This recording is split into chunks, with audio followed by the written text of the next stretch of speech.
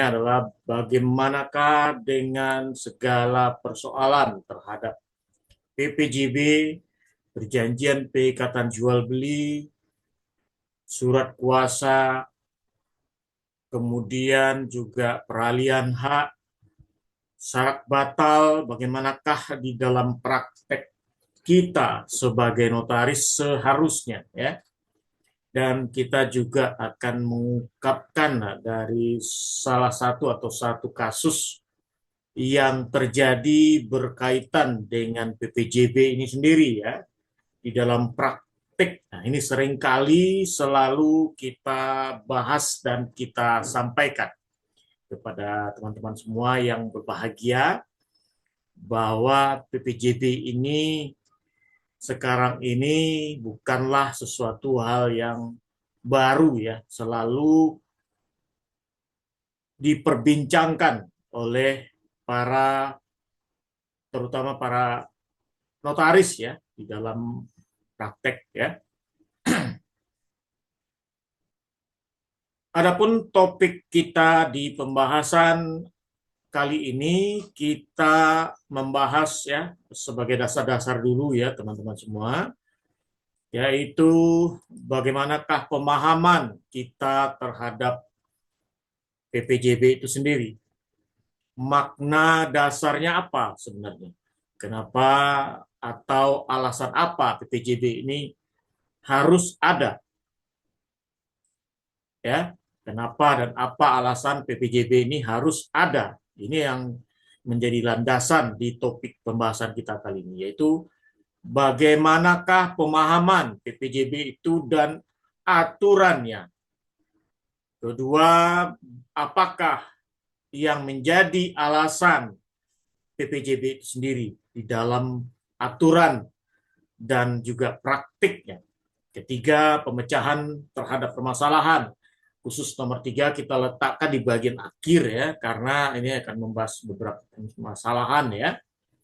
Kemudian poin keempat, adanya terhadap pembatalan PPJB atau syarat batal. Kelima, fungsi surat kuasa dalam PPJB dan batalnya surat kuasa. Juga membedah akta PPJB, kuasa, dan satu hal yang perlu kita tambahkan di kesempatan hari ini adalah adanya suatu hal di mana notaris itu kadangkala menahan dokumen dari kliennya, yaitu menahan dalam rangka apa? Dalam rangka keperluan pembuatan akta. Misalnya, si A penghadap datang membawa sertifikat, contohnya konsultasi kepada notaris, bertanya, kemudian kita minta ada nggak sertifikatnya. Sertifikatnya ada, lalu kita minta, lalu kita ambil dan kita tahan. Kita kasih tanda terima sertifikat.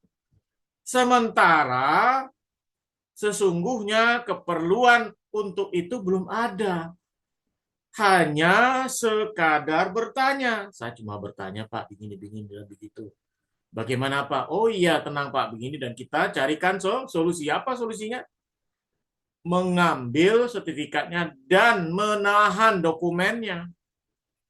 Nah, ini dalam aturan hukum perdata disebut dengan hak retensi dan dilarang kalau hak retensi ini tidak ada kaitan dengan prosesi pembuatan atau berkaitan dengan proses terhadap instansi lain yang menjalankan akta yang sedang atau akan kita buat. Jadi tidak boleh menahan dokumen. Karena apa? Karena kalau menahan dokumen itu sama dengan menahan hak orang lain dan itu bisa terkategori dalam kasus perkara pidana, yaitu menahan dalam bentuk, dalam pidana disebut dengan penggelapan. Ya, penggelapan sertifikat kah, penggelapan dokumen kah, Makanya di dalam kesempatan ini saya juga sangat mengingatkan kepada kita semua para notaris, para calon notaris, para staf.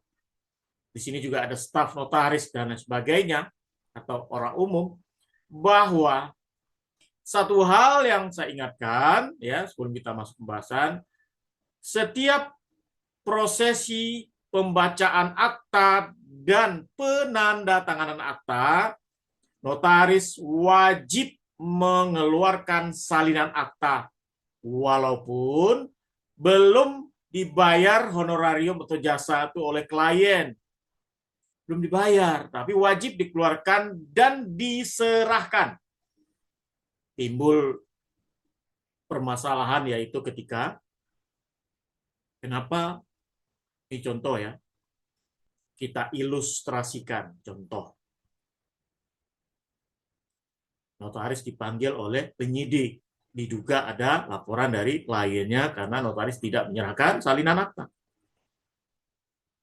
Penyidik bertanya, kenapa saudara saksi notaris begitu ya, saudara tidak menyerahkan salinan akta kepada saudara A, yang notabene adalah kliennya, karena dia belum membayar biaya jasa atau honorarium, biaya notaris. Oh begitu, kata si penyidik. Aturan apa yang ada sehingga wajib menyerahkan salinan itu, kemudian tidak menyerahkan salinan kecuali kalau membayar? Apakah kantor Bapak, kata penyidik, sudah membuat aturan untuk itu? Oh sudah, boleh kami lihat bukti aturannya? Ternyata belum ditemukan karena mungkin belum membuatnya. Sehingga apa yang dilakukan penyidik? Berarti Bapak, kata si penyidik, Bapak notaris ya, ini membuat aturan yang tidak ada, aturan yang sudah atau belum disampaikan kepada si Tuan A tadi sebelum proses pembuatan akta. Artinya apa? Jadi ketika kita berurusan dengan klien, penghadap, kita sampaikan secara jelas ya. Pak notaris, saya ingin membuat PPJB sekian-sekian. Berapa biayanya, Pak? Oh, 2 juta. Belum termasuk biaya balik nama, nanti kalau diteruskan balik nama dan pajak-pajak penjual dan pembeli. Oh, begitu, Pak. Iya, 2 juta. Oke. Kapan bayarnya, Pak? Bayarnya sekarang. Boleh nggak, Pak notaris, saya membayarnya setelah penandatanganan akta atau proses akta ini selesai? Oh, boleh, boleh, silakan. Nggak apa-apa. Saya lunaskan semuanya, Pak. Oke. Apakah hanya sampai di situ saja? Jawabnya adalah tidak. Apa yang dilakukan selanjutnya oleh notaris? Yaitu Bapak A, silakan Bapak tanda tangani itu. Apa ini, Pak? Surat pernyataan. Pernyataan apa, Pak? Pernyataan persetujuan honorarium biaya jasa 2 juta. Pertama. Kedua, pernyataan bersedia menerima salinan akta kalau biaya sudah diserahkan oleh si A kepada notaris. Baru boleh. Nah, ini kalau pernyataan ini bermaterai dipegang oleh PPAT atau notaris dalam pembuatan akta PPJB, maka tidak ada lagi alasan penghadap klien untuk membantah dan bahkan melaporkan notaris karena belum menyerahkan salinan akta. Ini penting ya. Biasanya kemarin kita bahas di materi khusus hak retensi di kalangan pejabat profesional, termasuk notaris dan juga advokat ya. Salah satu kaitannya dengan materi kita pada kesempatan pada hari ini ya, perlu kita ungkapkan. Karena dalam praktek sesungguhnya yang terjadi apa? Notaris nggak mau menyerahkan salinan itu kalau belum bayar biaya, kan begitu ya? Ada nggak teman-teman di sini yang pernah mengalami hal demikian? Ya, nggak mau menyerahkan, bayar dulu dong. ada barang, ya, ada uang, ada barang, kan begitu. Prinsip jual beli. Kalau di notaris bagaimana Pak? Jadi enggak, di notaris nggak bisa kita berucap secara lisan saja. Oh, ini aturan kantor saya, ya. Tapi belum cukup.